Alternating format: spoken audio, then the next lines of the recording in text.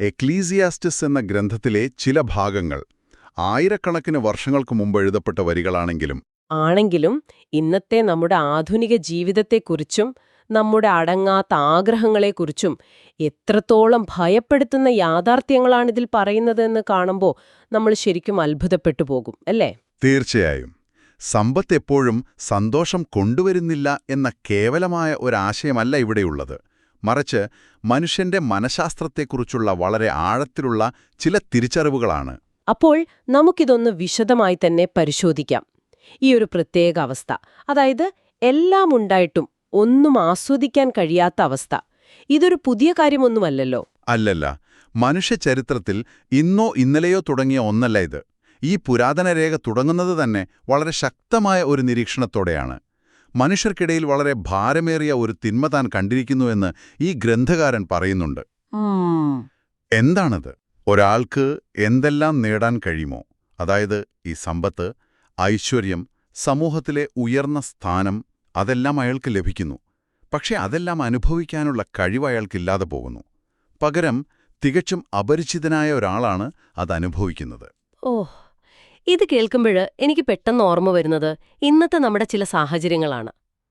ഒരു 5 സ്റ്റാർ ഹോട്ടലിൽ പോയി ഏറ്റവും വില കൂടിയ ഭക്ഷണം ഓർഡർ ചെയ്ത് മുന്നിൽ വെച്ചിട്ട് പെട്ടെന്ന് നമ്മുടെ രുചി അറിയാനുള്ള കഴിവ് നഷ്ടപ്പെടുന്നത് പോലെ. കൃത്യം. വളരെ കൃത്യമായ ഉപമയാണത്. അല്ലെങ്കിൽ നമ്മൾ വർഷങ്ങളോളം അധ്വാനിച്ച് ഏറ്റവും വില കൂടിയ ഒരു ആഡംബര കാറ് വാങ്ങിയിട്ട് അത് ഓടിക്കാൻ തുടങ്ങുന്നതിന് തൊട്ടുമുമ്പ് അതിന്റെ താക്കോൽ എന്നേക്കുമായി നഷ്ടപ്പെടുന്നത് പോലെ. സാധനം അവിടെ തന്നെയുണ്ട്, പക്ഷെ നമുക്കൊരു ഉപയോഗിക്കാൻ കഴിയില്ല.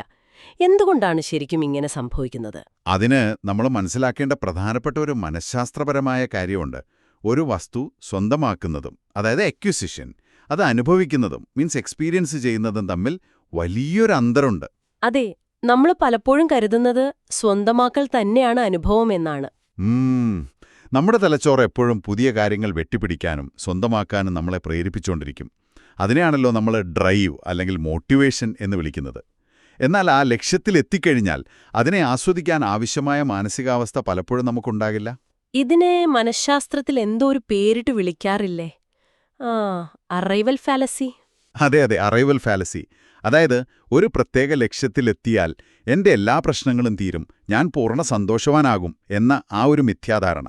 അപ്പോൾ ഈ ഗ്രന്ഥകാരൻ പറയുന്നത് വെറുമൊരു സാമ്പത്തിക നഷ്ടത്തെക്കുറിച്ചല്ല, മറിച്ച് മനുഷ്യന്റെ അസ്തിത്വത്തെ തന്നെ ബാധിക്കുന്ന വളരെ ആഴത്തിലുള്ളൊരു ശൂന്യതയെക്കുറിച്ചാണല്ലേ? തീർച്ചയായും.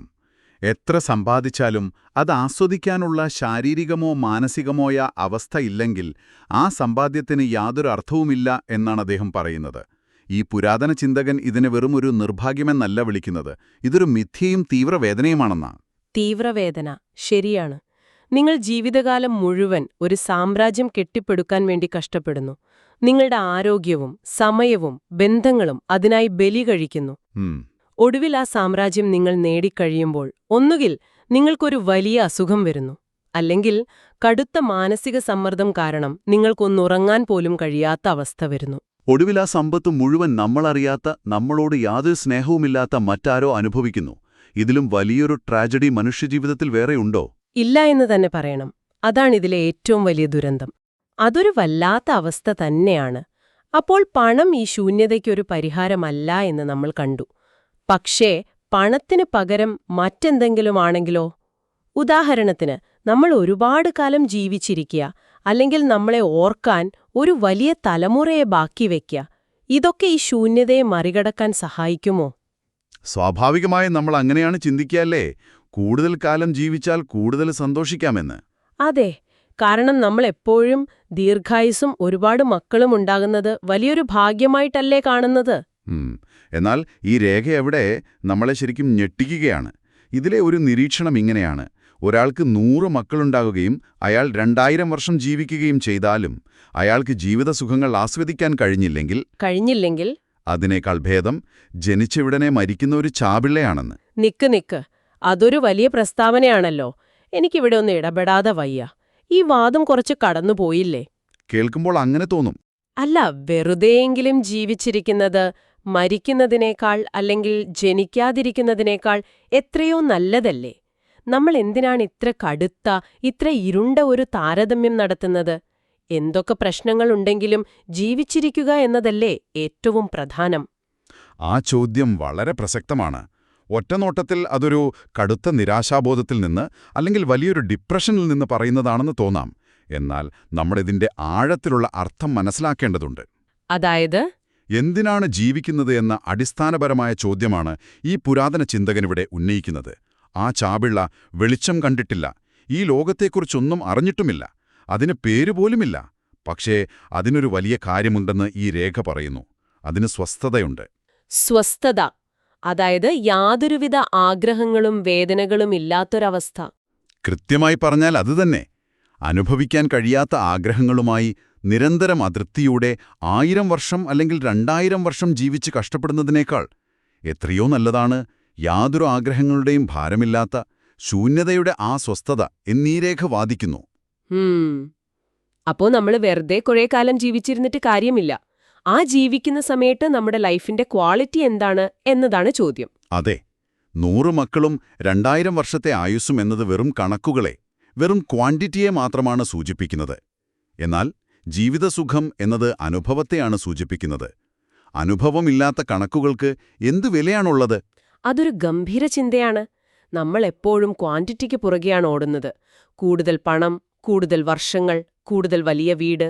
പക്ഷെ ആ ലൈഫിന്റെ ക്വാളിറ്റിയെക്കുറിച്ച് നമ്മൾ ചിന്തിക്കുന്നേയില്ല. ഇത് കേൾക്കുന്ന നിങ്ങളും ഒന്ന് ചിന്തിച്ചു നോക്കൂ. നമ്മുടെയൊക്കെ ജീവിതം ഒരു വലിയ ഓട്ടപ്പാച്ചിലല്ലേ? അതെ അതെ. കൂടുതൽ വർഷങ്ങൾ ജീവിക്കാൻ നമ്മൾ എന്തൊക്കെ ചെയ്യുന്നു? ഡയറ്റിംഗ്, വ്യായാമം, ലക്ഷക്കണക്കിന് രൂപയുടെ ഇൻഷുറൻസുകൾ. പക്ഷേ ആ കിട്ടുന്ന അധിക വർഷങ്ങളില് നമ്മൾ യഥാർത്ഥത്തിൽ സമാധാനത്തോടെ ജീവിക്കുന്നുണ്ടോ? അതോ വീണ്ടും എന്തൊക്കെയോ വെട്ടിപ്പിടിക്കാനുള്ള ഓട്ടത്തിൽ തന്നെയാണോ? അതാണ് ഇതിലെ ഏറ്റവും വലിയ വൈരുദ്ധ്യം. മാത്രമല്ല, അവസാനം ഈ 1000 വർഷം ജീവിച്ചവനും ജനിച്ചയുടനെ മരിച്ചവനും ഒരിടത്തേക്കല്ലേ പോകുന്നത് എന്നും ഈ രേഖ ചോദിക്കുന്നുണ്ട്. ശരിയാണ്. ഇരുവരും അവസാനം മണ്ണിലേക്ക് തന്നെയാണ് മടങ്ങുന്നത്. പിന്നെന്തിനാണ് ഈ ഇടവേളയില് ഇത്രയും വലിയൊരു നാടകം കളിച്ച് നാം കഷ്ടപ്പെടുന്നത്? അതെ, ശരിക്കും ഇതൊരു തരം അസ്തിത്വപരമായ ഭയം അല്ലെങ്കിൽ ഒരു എക്സിസ്റ്റൻഷ്യൽ ഡ്രെഡ് ഉണ്ടാക്കുന്ന ചോദ്യമാണത്. അപ്പോൾ ഈ പ്രശ്നത്തിന്റെ യഥാർത്ഥ കാരണം എന്താണ്? എന്തുകൊണ്ടാണ് നമുക്ക് ഒരിക്കലും പൂർണ്ണമായ തൃപ്തി വരാത്തത്? ഈ രേഖ ഇതിനൊരു ഉത്തരം നൽകുന്നുണ്ടോ? തീർച്ചയായുമുണ്ട്. മനുഷ്യന്റെ അടങ്ങാത്ത ആഗ്രഹങ്ങളെക്കുറിച്ചാണ് ഈ ചിന്തകൻ അടുത്തതായി പറയുന്നത്. മനുഷ്യൻ തന്റെ ഉദരപൂരണത്തിന്, അതായത് വയറ്റുപിഴപ്പിനു വേണ്ടി അധ്വാനിക്കുന്നു, എങ്കിലും അവന്റെ വിശപ്പടങ്ങുന്നില്ല എന്ന് ഈ ഗ്രന്ഥത്തിൽ പറയുന്നുണ്ട്. ഈ ഉദരം അല്ലെങ്കിൽ വയറ് എന്നത് കേവലം വിശപ്പിനെ മാത്രമല്ല, മനുഷ്യന്റെ എല്ലാവിധ ആഗ്രഹങ്ങളെയും പ്രതിനിധീകരിക്കുന്ന ഒരു രൂപകമാണെന്ന് എനിക്ക് തോന്നുന്നു. അതെ, കൃത്യമാണ്. വിശപ്പ് എന്നത് നമ്മുടെ അടിസ്ഥാന ആവശ്യമാണ്. അത് പെട്ടെന്ന് നിറവേറ്റാൻ കഴിയും. എന്നാൽ ആഗ്രഹങ്ങൾക്കൊരിക്കലും അതിരുകളില്ല. ഇതൊരു തരം ഉപ്പുവെള്ളം കുടിക്കുന്നത് പോലെയാണല്ലേ? ദാഹം മാറ്റാൻ നമ്മൾ കൂടുതൽ ഉപ്പുവെള്ളം കുടിക്കുന്നു, പക്ഷെ സത്യത്തിൽ അത് നമ്മുടെ ദാഹം വർദ്ധിപ്പിക്കുകയാണ് ചെയ്യുന്നത്. വളരെ ശരിയായ ഉപമ. ആഗ്രഹങ്ങൾ സാധിച്ചെടുക്കുന്തോറും ഇനിയും വേണമെന്ന തോന്നൽ കൂടുകയല്ലേ ഉള്ളൂ. അതെ. ഇത് കേൾക്കുന്ന നിങ്ങളോട് നേരിട്ട് ചോദിക്കട്ടെ. നിങ്ങൾ പുതിയ കാര്യങ്ങൾ പഠിക്കാനും അറിയാനും ആഗ്രഹിക്കുന്ന ഒരാളാണ്. ഈ ഡീപ് ഡൈവ് തന്നെ നിങ്ങൾ കേൾക്കുന്നത് അറിവ് നേടാനുള്ള നിങ്ങളുടെ ആഗ്രഹം കൊണ്ടാണ്. പക്ഷേ നമ്മുടെ ഈ ആഗ്രഹങ്ങൾക്ക് എപ്പോഴെങ്കിലും ഒരു അവസാനമുണ്ടോ? ഇല്ലാന്ന് തന്നെ പറയേണ്ടി വരും. ഇന്നത്തെ കാലത്ത് ഇതൊരു സോഷ്യൽ മീഡിയ സ്ക്രോളിംഗ് പോലെയാണ്. നമ്മളൊരു വീഡിയോ കണ്ടു കഴിയുമ്പോൾ ആ ഒരു സെക്കൻഡിൽ നമുക്കൊരു ഡോപ്പമിൻ ഹിറ്റ് ലഭിക്കുന്നു. ഉടനെ അടുത്തത് കാണണമെന്ന് തോന്നുന്നു. എത്ര കണ്ടാലും മതിയാകുന്നില്ല. അല്ലെങ്കിൽ നമ്മുടെ ജോലിസ്ഥലത്തെ കാര്യങ്ങൾ എടുക്കുക. ഒരു പ്രൊമോഷൻ കിട്ടിയാൽ കുറച്ചു നാളത്തേക്ക് വലിയ സന്തോഷമായിരിക്കും. പക്ഷെ 6 മാസം കഴിയുമ്പോൾ അടുത്ത പ്രൊമോഷന് വേണ്ടിയുള്ള ഓട്ടം തുടങ്ങുകയായി. നമ്മൾ എന്തിനാണ് ഇങ്ങനെ ഓടിക്കൊണ്ടിരിക്കുന്നത്? ഈ ഒരു പ്രതിഭാസത്തെ ആധുനിക മനഃശാസ്ത്രത്തിൽ ഹെഡോണിക് ട്രെഡ്മിൽ എന്നാണ് വിളിക്കുന്നത്. ഹെഡോണിക് ട്രെഡ്മിൽ, ആ വാക്ക് തന്നെ വളരെ വ്യക്തമാണ്. അതെ, നമ്മളൊരു ട്രെഡ്മില്ലിൽ ഓടുന്നത് പോലെയാണ്. എത്ര വേഗത്തിൽ ഓടിയാലും നമ്മൾ നിൽക്കുന്നിടത്ത് തന്നെയായിരിക്കും. പുതിയ നേട്ടങ്ങളുണ്ടാകുമ്പോൾ നമ്മുടെ സന്തോഷത്തിന്റെ അടിസ്ഥാന നിലവാരം, അതായത് ആ ഒരു ബേസ് ലൈൻ തന്നെ മുകളിലേക്ക് പോകും. ആഹാ, അപ്പോൾ പഴയ നേട്ടങ്ങൾ നമ്മളെ സന്തോഷിപ്പിക്കാതെ വരും അല്ലേ? കൃത്യം. ഈ പുരാതന ചിന്തകൻ ഇത് വളരെ കൃത്യമായി മനസ്സിലാക്കിയിരുന്നു. അതുകൊണ്ടാണ് ഇതിനൊരു പരിഹാരമെന്ന നിലയിൽ സങ്കല്പങ്ങളിൽ അലയുന്നതിനേക്കാൾ നല്ലത് കൺമുന്നിലുള്ളതുകൊണ്ട് തൃപ്തിപ്പെടുന്നതാണ് എന്ന് ഈ രേഖ പറയുന്നത്. അതായത് നാളെയെക്കുറിച്ചുള്ള ഇല്ലാത്ത കാര്യങ്ങളെക്കുറിച്ചുള്ള സ്വപ്നങ്ങളിൽ അലഞ്ഞുതിരിഞ്ഞ് ഇന്നത്തെ സമാധാനം നശിപ്പിക്കരുത്. ഇന്ന് നമ്മുടെ മുന്നിൽ എന്തുണ്ടോ അതിൽ സന്തോഷം കണ്ടെത്തുക. അതെ. പക്ഷേ എനിക്കിവിടെ ഒരു ചെറിയ സംശയം ചോദിക്കാനുണ്ട്. അങ്ങനെയെങ്കിൽ പിന്നെ ഈ അറിവും ബുദ്ധിയുമൊക്കെ ഉണ്ടായിട്ട് എന്താണ് കാര്യം? ഈ രേഖയിൽ തന്നെ ഒരിടത്ത് ചോദിക്കുന്നുണ്ടല്ലോ, ജ്ഞാനിക്ക് മൂഢനേക്കാൾ എന്തു മേന്മയാണുള്ളത് എന്ന്. ചോദിക്കുന്നുണ്ട്. ഇതൊരു വല്ലാത്ത നിരാശപ്പെടുത്തുന്ന ചിന്തയല്ലേ? നമ്മൾ ഇത്രയും കാലം പഠിച്ചതും അറിവ് നേടിയതുമൊക്കെ വെറുതെയാണെന്നാണോ ഇതിനർത്ഥം? അറിവ് നമ്മളെ ഈ ആഗ്രഹങ്ങളിൽ നിന്ന് സ്വതന്ത്രരാക്കേണ്ടതല്ലേ? അത് വളരെ മനോഹരമായൊരു ചോദ്യമാണ്. നമ്മളെപ്പോഴും കരുതുന്നത് അറിവ് നമ്മളെ സ്വതന്ത്രരാക്കുമെന്നാണ്. എന്നാൽ ഈ ഗ്രന്ഥകാരൻ പറയുന്നത് മനുഷ്യന്റെ ഈ അടിസ്ഥാനപരമായ ശൂന്യതയുടെ കാര്യത്തിൽ ജ്ഞാനിയും മൂഢനും തമ്മിൽ വലിയ വ്യത്യാസമൊന്നുമില്ല എന്നാണ്. അതെന്താ അങ്ങനെ? കാരണം ബുദ്ധിമാനായാലും വിഡ്ഢിയായാലും എല്ലാവരും മനുഷ്യരാണ്. എല്ലാവർക്കും ഈ ഒരിക്കലും അവസാനിക്കാത്ത ആഗ്രഹങ്ങളുടെ പ്രശ്നമുണ്ട്. അറിവുള്ള ഒരാൾക്ക് ഒരുപക്ഷേ തന്റെ ആഗ്രഹങ്ങളെ കുറച്ചുകൂടി നന്നായി മറച്ചുപിടിക്കാൻ കഴിഞ്ഞേക്കാം. അയാൾ തന്റെ ദുഃഖങ്ങളെ വളരെ മനോഹരമായ വാക്കുകളിൽ അവതരിപ്പിച്ചേക്കാം. ഓ, അതായത് ബുദ്ധിമാന്മാർക്ക് അവരുടെ പ്രശ്നങ്ങളെ ന്യായീകരിക്കാൻ അറിയാമെന്ന് മാത്രം. അതെ. എന്നാൽ അയാളുടെ ഉള്ളിലെ അസംതൃപ്തിക്ക് അതൊരു പരിഹാരമാകുന്നില്ല. അറിവ് പലപ്പോഴും നമ്മൾ കിടക്കുന്ന കൂടിന്റെ അഴികളെ കുറച്ചുകൂടി വ്യക്തമായി കാണാൻ നമ്മളെ സഹായിക്കുന്നുവെന്ന് മാത്രം. ആത്യന്തികമായ സംതൃപ്തിയുടെ കാര്യത്തിൽ ബുദ്ധിമാനും വിഡ്ഢിയും ഒരേ വള്ളത്തിലാണ് യാത്ര ചെയ്യുന്നത്. വാവ്, അതൊരു ഭയപ്പെടുത്തുന്ന യാഥാർത്ഥ്യമാണ്. അറിവ് നമ്മൾ കിടക്കുന്ന കൂടിനെ കൂടുതൽ വ്യക്തമായി കാണാൻ സഹായിക്കുന്നു എന്നത് വളരെ ശക്തമായൊരു ചിന്തയാണ്. അതെ. അപ്പോൾ ഈ ആഗ്രഹങ്ങളുടെയും അസംതൃപ്തിയുടെയും തടവറയിൽ നിന്ന് നമുക്ക് മോചനമില്ലേ? നമ്മൾ ഈ പ്രപഞ്ചത്തിൽ തീർത്തും നിസ്സഹായരാണോ? ഇതിന്റെ ഉത്തരം ഈ രേഖയുടെ അവസാന ഭാഗങ്ങളിലുണ്ട്. വലിയ ചിത്രത്തിലേക്ക്, ആ ഒരു ബിഗ് പിക്ചറിലേക്ക് നമ്മൾ നോക്കുമ്പോൾ ഈ പുരാതന രേഖ നമ്മളെ ഓർമ്മിപ്പിക്കുന്നത് നമ്മുടെ പരിമിതികളെക്കുറിച്ചാണ്. ഉണ്ടായിട്ടുള്ളതിനെല്ലാം പേരിട്ട് കഴിഞ്ഞുവെന്നും മനുഷ്യനെ തന്നേക്കാൾ ശക്തനോട് മല്ലിടാൻ കഴിയില്ല എന്നും ഈ രേഖ വ്യക്തമാക്കുന്നു. അതായത് പ്രകൃതിയുടെ അല്ലെങ്കിൽ പ്രപഞ്ചത്തിന്റെ നിയമങ്ങൾക്ക് മുൻപിൽ നമ്മൾ നിസ്സഹായരാണെന്ന്. നമ്മൾ പലപ്പോഴും സാങ്കേതിക വിദ്യയുടെയും ശാസ്ത്രത്തിന്റെയും വളർച്ച കണ്ട് നമ്മൾ ദൈവങ്ങളെപ്പോലെയാണെന്ന് അഹങ്കരിക്കാറുണ്ടല്ലേ? നമ്മൾ പ്രകൃതിയെ കീഴടക്കിയെന്ന് വിശ്വസിക്കാറുണ്ട്.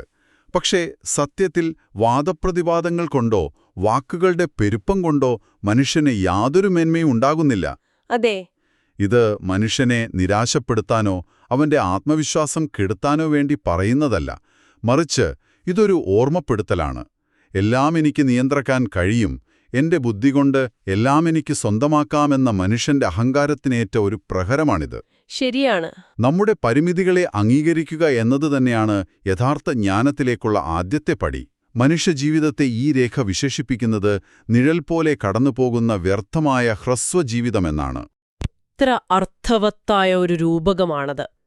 ഒരു നിഴലിന് സ്വന്തമായി യാതൊരു അസ്തിത്വവുമില്ല. വെളിച്ചം മാറുമ്പോൾ അത് പെട്ടെന്നില്ലാതാകുകയും ചെയ്യും. അതുപോലെയാണ് മനുഷ്യജീവിതവും. സൂര്യന് കീഴേ തനിക്ക് ശേഷം എന്ത് സംഭവിക്കുമെന്ന് ആർക്കും പ്രവചിക്കാൻ കഴിയില്ല എന്ന സത്യം നമ്മൾ അംഗീകരിച്ചേ മതിയാകൂ. തീർച്ചയായും. നമ്മൾ എത്രയൊക്കെ പ്ലാൻ ചെയ്താലും നമ്മുടെ മരണശേഷം ഈ ലോകം എങ്ങനെയായിരിക്കുമെന്നോ അല്ലെങ്കിൽ നമ്മൾ ഉണ്ടാക്കിവെച്ച സമ്പത്ത് ആരനുഭവിക്കുമെന്നോ നമുക്കൊരിക്കലും പറയാൻ കഴിയില്ല. നമ്മൾ കൺട്രോൾ ചെയ്യാൻ ശ്രമിക്കുന്നത് ഒരിക്കലും കൺട്രോൾ ചെയ്യാൻ കഴിയാത്ത കാര്യങ്ങളെയാണ്. അതെ. ഈ അനിശ്ചിതത്വം അല്ലെങ്കിൽ നമ്മൾ ഭാവിയെക്കുറിച്ച് വെച്ചുപുലർത്തുന്ന ഈ മിഥ്യാധാരണകൾ തന്നെയാണ് മനുഷ്യന്റെ എല്ലാ ദുഃഖങ്ങൾക്കും കാരണം. അപ്പോൾ നമ്മൾ ഈ വളരെ ആഴത്തിലുള്ള വിശകലനത്തിൽ നിന്ന് പഠിച്ച പ്രധാന കാര്യങ്ങൾ ഒന്ന് ക്രോഡീകരിക്കാം. ഒന്നാമതായി, സമ്പത്ത് വെറുതെ കുമിഞ്ഞുകൂടുന്നതിലല്ല കാര്യം. അത് ആസ്വദിക്കാനുള്ള മനസ്സും സാഹചര്യവും ഉണ്ടാകുന്നതിലാണ് യഥാർത്ഥ സന്തോഷമിരിക്കുന്നത്. സ്വന്തമാക്കലും അനുഭവിക്കലും രണ്ടും രണ്ടാണെന്ന് നമ്മൾ തിരിച്ചറിഞ്ഞു. അതെ, വളരെ കൃത്യം. രണ്ടാമതായി, ആയുസ്സിന്റെ നീളത്തിലല്ല, അതിന്റെ ക്വാളിറ്റിയിലാണ് കാര്യം. യാതൊരു സന്തോഷവുമില്ലാതെ മാറാത്ത ആഗ്രഹങ്ങളുമായി 1000 വർഷം ജീവിക്കുന്നതിനേക്കാൾ നല്ലത് ശൂന്യതയുടെ സ്വസ്ഥതയാണെന്ന് ഈ പുരാതന രേഖ നമ്മെ ഓർമ്മിപ്പിക്കുന്നു. മൂന്നാമതായി, ഉപ്പുവെള്ളം കുടിക്കുന്നതുപോലെ ഒരിക്കലും അവസാനിക്കാത്ത ആഗ്രഹങ്ങൾക്ക് പിന്നാലെയുള്ള ഓട്ടം നിർത്തി ഇന്ന് നമ്മുടെ കൺമുന്നിലുള്ളതിനെ സ്നേഹിക്കാനും അനുഭവിക്കാനും നമ്മൾ പഠിക്കണം. അതെ അതെ. ഇത് കേൾക്കുന്ന നിങ്ങളോട് നേരിട്ട് ഞാൻ ചോദിക്കട്ടെ, നിങ്ങളിപ്പോൾ ശേഖരിച്ചുകൊണ്ടിരിക്കുന്ന ഈ അറിവുകളും നിങ്ങളുടെ സമ്പത്തും അടുത്ത പ്രമോഷനു വേണ്ടിയുള്ള നിങ്ങളുടെ ഓട്ടവുമൊക്കെ നിങ്ങളെ യഥാർത്ഥത്തിൽ സന്തോഷിപ്പിക്കുന്നുണ്ടോ? അതോ ആ ഹെഡോണിക് ട്രെഡ്മില്ലിൽ കുടുങ്ങി ഇനിയും വേണം എന്ന ചിന്തയിൽപ്പെട്ട് നിങ്ങൾ ശ്വാസം മുട്ടുകയാണോ? ഈ വിശകലനം കേൾക്കുന്ന നിങ്ങൾ സ്വയം ചോദിക്കേണ്ട ഒരു ചോദ്യമാണിത്. വളരെ ശരിയായ ചോദ്യം.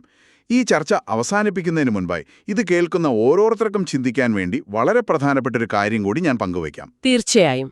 ഈ രേഖ മുഴുവൻ പറയുന്നത് ജീവിതം ഒരു നിഴൽ പോലെയാണെന്നും നാളെയെക്കുറിച്ച് ആർക്കുമൊന്നും ഉറപ്പിച്ചു പറയാനാവില്ലെന്നുമാണല്ലോ.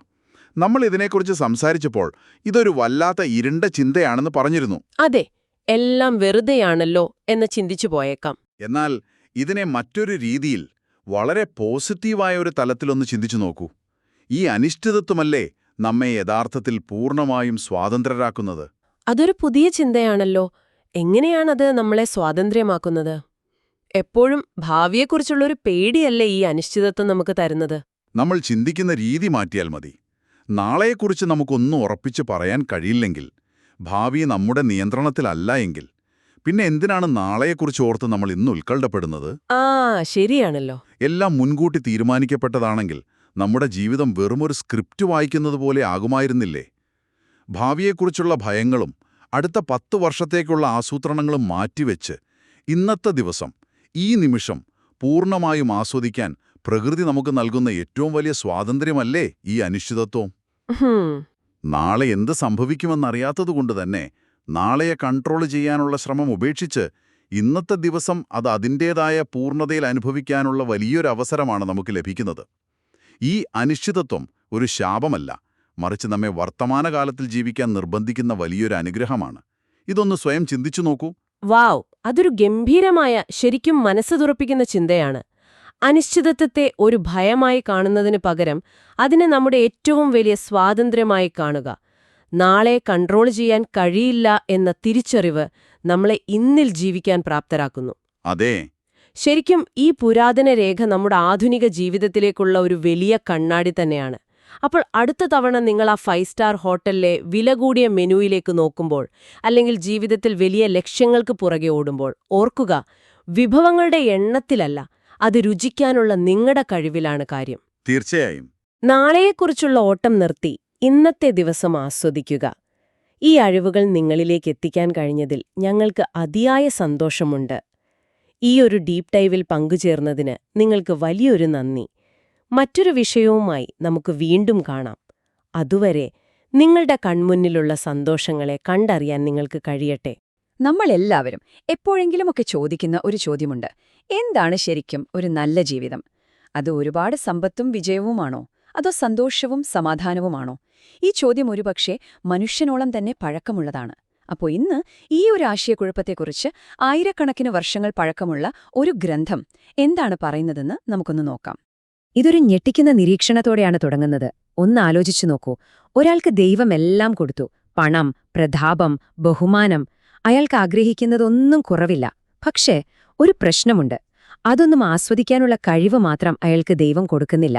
പകരം അതൊക്കെ ആസ്വദിക്കുന്നത് മറ്റാരോ, ഒരുപക്ഷെ ഒരു അപരിചിതൻ. ഈ ഒരു അവസ്ഥയെ വിശേഷിപ്പിക്കാൻ വെറും 2 വാക്കുകളാണ് ഉപയോഗിക്കുന്നത്. ഇത് മിഥ്യയാണ്, ഒരു കൊടിയ തിന്മയാണ്. അതായത് എല്ലാം ഉണ്ടായിട്ടും ഒന്നുമില്ലാത്ത ഒരുതരം അവസ്ഥ. ഇതിലും വലിയൊരു ട്രാജഡി വേറെയുണ്ടോ? ശരി, നമുക്ക് ഈ വിരോധാഭാസത്തിന്റെ ആദ്യത്തെ ഭാഗത്തേക്ക് കടക്കാം. ആസ്വദിക്കാൻ കഴിയാത്ത സമ്പത്ത്. എന്തുകൊണ്ടാണ് കയ്യിലുള്ള നിധി പോലും ചില സമയങ്ങളിൽ നമുക്ക് അർത്ഥമില്ലാത്തതായി തോന്നുന്നത്? ഈ വിശകലനത്തിലെ ഏറ്റവും പ്രധാനപ്പെട്ട വാക്ക് മിഥ്യ എന്നതാണ്. വെറും ശൂന്യത എന്നല്ലട്ടോ അതിന്റെ അർത്ഥം. അതിലുപരി ക്ഷണികമായ, പിടികിട്ടാത്ത, കയ്യിലൊതുങ്ങാത്ത ഒന്ന്, ഒരു നീരാവി പോലെ. കാണാൻ പറ്റും, പക്ഷെ പിടിക്കാൻ പറ്റില്ല. അപ്പോ എന്താണ് യഥാർത്ഥ ദുരന്തം? അത് ദാരിദ്ര്യമോ ഇല്ലായ്മയോ അല്ല, മറിച്ച് നിറയെ വിഭവങ്ങളുള്ളൊരു മേശയ്ക്ക് മുന്നിലിരുന്ന് പട്ടിണി കിടക്കുന്നൊരവസ്ഥയാണ്. കയ്യിലുള്ളത് ആസ്വദിക്കാനുള്ള കഴിവില്ലായ്മ. ഇതൊരു പക്ഷേ നമുക്കെല്ലാവർക്കും ഏതെങ്കിലും ഒരു തരത്തിൽ റിലേറ്റ് ചെയ്യാൻ പറ്റുന്ന ഒന്നായിരിക്കുമല്ലേ? ഓക്കെ, സമ്പത്തിന് അതിൻ്റേതായ പരിമിതികളുണ്ട്, സമ്മതിച്ചു. പക്ഷേ ദീർഘായുസ്സോ? 100 വർഷം ജീവിക്കുന്നത് തന്നെ ഒരു വലിയ വിജയമല്ലേ? എന്നാൽ ഈ പുരാതന ഗ്രന്ഥം ആ ധാരണയെയും ചോദ്യം ചെയ്യുന്നുണ്ട്. ഇവിടെ നടത്തുന്ന ഒരു താരതമ്യം നമ്മളെ ശരിക്കുമൊന്ന് പിടിച്ചുലയ്ക്കും. ഒരു വശത്ത് ഒരു സംതൃപ്തിയുമില്ലാതെ ഒരുപാട് കാലം ജീവിക്കുന്ന ഒരാൾ, മറുവശത്ത് ചാപിള്ളയായി ജനിച്ച ഒരു കുഞ്ഞ്. ആ കുഞ്ഞ് ഈ ലോകമൊന്നും കണ്ടിട്ടില്ല, ഒന്നും അറിഞ്ഞിട്ടില്ല. പക്ഷേ മറ്റേയാൾക്ക് കിട്ടാത്ത ഒന്ന് ആ കുഞ്ഞിന് കിട്ടുന്നുണ്ട്: സ്വസ്ഥത, സമാധാനം. ഈ ആശയം ഒന്നുകൂടി വ്യക്തമാക്കാൻ നമുക്ക് വെറുതെ ഒന്ന് സങ്കൽപ്പിക്കാം. ഒരാള് 2000 വർഷം ജീവിക്കുന്നു, 2 സഹസ്രാബ്ദങ്ങൾ. പക്ഷേ ആ നീണ്ട ജീവിതത്തിൽ ഒരു ദിവസം പോലും അയാൾക്ക് സന്തോഷം അനുഭവിക്കാൻ പറ്റിയില്ലെങ്കിലോ, പിന്നെ ആ വർഷങ്ങൾക്കൊക്കെ എന്ത് വിലയാണുള്ളത്? ഇതിനർത്ഥം ജീവിതം മോശമാണെന്നാണോ? ഹേയ്, ഒരിക്കലുമല്ല. ഇതൊരിക്കലും ജീവിതത്തിനെതിരെയുള്ള ഒരു വാദമല്ല. മറിച്ച് സന്തോഷമില്ലാത്തൊരു ജീവിതം എത്ര നിരർത്ഥകമാണ് എന്നതിനെക്കുറിച്ചുള്ള ഒരു ഓർമ്മപ്പെടുത്തലാണ്. ജീവിതത്തിന്റെ നീളമല്ല, അതിന്റെ ആഴമാണ് പ്രധാനമെന്ന് പറയുന്നു. ഇനി നമുക്ക് മനുഷ്യന്റെ അവസ്ഥയുടെ കുറച്ചുകൂടി ആഴങ്ങളിലേക്ക് പോകാം. നമ്മുടെ അധ്വാനത്തെയും ഒരിക്കലും അവസാനിക്കാത്ത ആഗ്രഹങ്ങളെയും കുറിച്ച് ഈ ഗ്രന്ഥം എന്താണ് പറയുന്നതെന്ന് നോക്കാം. മനുഷ്യന്റെ അധ്വാനത്തെക്കുറിച്ച് വളരെ ലളിതമെന്ന് തോന്നുന്ന, എന്നാൽ വളരെ ആഴത്തിലുള്ളൊരു കാര്യം ഇവിടെ പറയുന്നുണ്ട്. മനുഷ്യന്റെ എല്ലാ അധ്വാനവും അവന്റെ വയറിനു വേണ്ടിയാണ്. അതായത് നമ്മുടെയൊക്കെ ഈ ഓട്ടം പ്രധാനമായും അടിസ്ഥാന ആവശ്യങ്ങൾ നിറവേറ്റാനാണ്. എന്നാൽ തൊട്ടു പിന്നാലെയാണ് ആ വലിയ ചോദ്യം വരുന്നത്. എന്നിട്ടും അവന്റെ വിശപ്പടങ്ങുന്നില്ല. വയറ് നിറഞ്ഞാലും മനസ്സ് നിറയുന്നില്ല, ആഗ്രഹങ്ങൾ തീരുന്നില്ല. എന്തൊരു വിചിത്രമായ അവസ്ഥയാണിതല്ലേ? ഈ അടങ്ങാത്ത ആഗ്രഹത്തിന് മുന്നില് പിന്നെ നമ്മുടെ മറ്റു കഴിവുകൾക്കൊക്കെ എന്ത് പ്രസക്തിയാണുള്ളത്?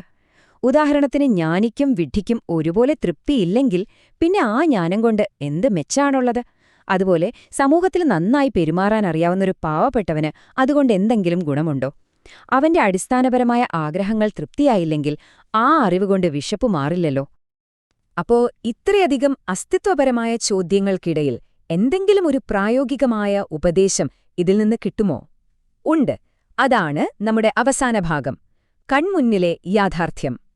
ഒരുപക്ഷേ ഇതിലെ ഏറ്റവും പ്രായോഗികമായ ഉപദേശം ഇതായിരിക്കും: ആഗ്രഹങ്ങളിൽ അലഞ്ഞുതിരിയുന്നതിനേക്കാൾ നല്ലത് കണ്ണിന് കാണാൻ കഴിയുന്നതാണ്. അതായത്, ഇല്ലാത്തതിനെക്കുറിച്ച് സ്വപ്നം കണ്ട് നടക്കുന്നതിനേക്കാൾ നല്ലത് കയ്യിലുള്ളതിൽ സംതൃപ്തി കണ്ടെത്തുക എന്നതാണ്. ഇത് ശരിക്കും ഇന്നത്തെ കാലത്ത് വളരെ പ്രസക്തമായൊരു കാര്യമാണല്ലേ? നമ്മുടെ ഈ എൻലെസ് സ്ക്രോളിങ്ങിന്റെ ലോകത്ത് എപ്പോഴും കൂടുതൽ വേണം, അടുത്തത് വേണം എന്ന ചിന്തയുടെ ലോകത്ത് ഈ പുരാതന ജ്ഞാനത്തിന് വലിയ അർത്ഥമുണ്ട്. യാഥാർത്ഥ്യത്തിലുള്ള സംതൃപ്തിയാണ് ഒരിക്കലും തീരാത്ത ആഗ്രഹങ്ങളേക്കാൾ നല്ലത്. പക്ഷേ അവിടെയും ഒരു പ്രശ്നമുണ്ട്. മനുഷ്യൻ അത്ര വലിയവനൊന്നും അല്ലെന്ന് ഈ ഗ്രന്ഥം നമ്മളെ ഓർമ്മിപ്പിക്കുന്നു. നോക്കൂ, ഈ പ്രപഞ്ചത്തിലുള്ളതിനെല്ലാം ഒരു പേരുണ്ട്, ഒരു ക്രമമുണ്ട്. അതൊന്നും നമ്മൾ ഉണ്ടാക്കിയതല്ല. മനുഷ്യൻ എന്താണെന്നും അവന്റെ പരിമിതികൾ എന്താണെന്നും വ്യക്തമാണ്. നമ്മളെക്കാൾ ശക്തമായ ഒന്നിനോട് നമുക്ക് മത്സരിച്ച് ജയിക്കാൻ കഴിയില്ല. അവസാനം ഇതിനെക്കുറിച്ച് എത്രയധികം സംസാരിക്കുന്നുവോ അത്രയധികം വ്യർത്ഥത കൂടുന്നുവെന്ന് മാത്രം. അപ്പോ ഈ ചിന്തകളെല്ലാം നമ്മളെ കൊണ്ടെത്തിക്കുന്നത് ഉത്തരം കിട്ടാത്തൊരു വലിയ ചോദ്യത്തിലേക്കാണ്. വെറുമൊരു നിഴൽ പോലെ വന്നു പോകുന്ന ഈ ചെറിയ ജീവിതത്തിൽ നമ്മൾ പോയതിനുശേഷം എന്ത് സംഭവിക്കുമെന്ന് ആർക്കാണ് പ്രവചിക്കാൻ കഴിയുക? ആർക്കാണ് നമ്മളോടത് പറഞ്ഞു തരാൻ കഴിയുക?